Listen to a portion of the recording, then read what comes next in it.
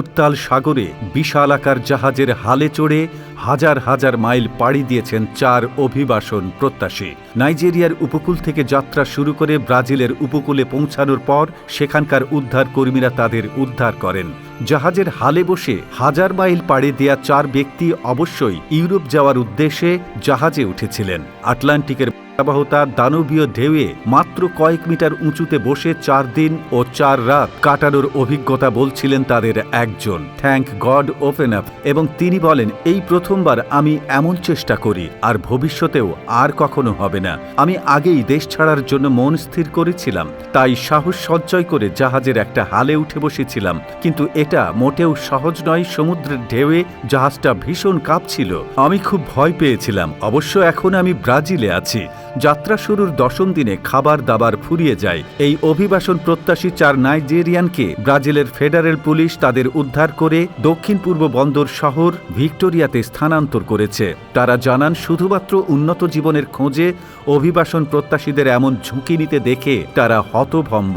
Nigerian অভিবাসী বলেন, আমি ভেবেছিলাম যে আমি ইউরোপে যাচ্ছি। তারপর হঠাৎ যখন আমি নিজেকে খুঁজে পেলাম, তখন ব্রাজিলে। ফেডারেল পুলিশ এসে আমাকে জিজ্ঞেস করছিল, আপনি কোথায় আছেন জানেন? আমি উত্তর দিয়েছিলাম, না, আমি জানি না। পুলিশ আমাদেরকে বলল, এটা ব্রাজিল। তখন আমি বললাম, আমি ব্রাজিলে পৌঁছেছি, আমি বেশ খুশি। উদ্ধার হওয়া 4 জনের 2 জন অবশ্য ফিরে গেছেন নাইজেরিয়ায়। তারা আবারও ভিন্ন কোনো উপায়ে আবার ইউরোপ যাওয়ার চেষ্টা করবেন। তবে বাকি 2 জন ব্রাজিল থাকতে চান। দেশটির নিয়ম মেনে অভিবাসন প্রত্যাশা করে তারা আবেদনও করেছেন।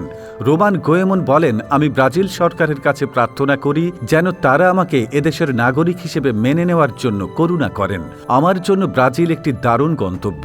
আমি এখানে থাকতে চাই। অর্থনৈতিক কষ্ট, রাজনৈতিক অস্থিতিশীলতা এবং অপরাধমূলক সহিংসতার কারণে জন্মভূমি নাইজেরিয়া ত্যাগ ছাড়া তাদের সামনে আর কোনো বিকল্প ছিল না বলে জানান থ্যাংক গড ওপেন আপ। আমি নাইজেরিয়ার একজন নাগরিক, অথচ নাইজেরিয়াতে আমার কোনো অধিকার নেই। তাই আমি ভাবতে থাকি, আমি কি করব? আমি কাউকে বলিনি যে আমি ইউরোপ যাব। আমার না আছে পাসপোর্ট, না ভিসা, আমার কাছে টাকাও নেই। উপকূলে 4টি জাহাজ যাচ্ছিল। আমি সিদ্ধান্ত নিলাম, যদি একটি জাহাজে প্রবেশ করার সুযোগ থাকে তবে আমি এখান থেকে পালাতে চাই। জাহাজটি আমাকে কোথায় নিয়ে যাচ্ছে তা আমি জানতেও চাই না। ব্রাজিল পৌঁছাতে জাহাজের হালে চড়ে বসা অবশ্য এমন যাত্রা আর দ্বিতীয়বার করতে চান না অভিবাসন প্রত্যাশী 2 জনের কেউই। পানিতে পড়া থেকে বাঁচতে হালের চারপাশে একটি জাল তৈরি করেছিলেন তারা। উত্তাল ঢেউয়ের সময় একটি দড়ি দিয়ে নিজেদেরকে বেঁধেও রাখতেন। নিচের দিকে তাকালে তিমি এবং হাঙ্গর দেখতে পেয়েছেন বলে জানান গোমেনি। বিশ্বাস করুন, উপায় ছিল না বলেই এমন কাজ করেছিলাম। আমার নাইজেরিয়ায় কোনো বাড়ি নেই, আমার কোনো পরিবার নেই। তবে যাত্রাটি এত বিপজ্জনক ছিল যা বলার নয়। আমার জীবনে আর কখনো চেষ্টা করব না।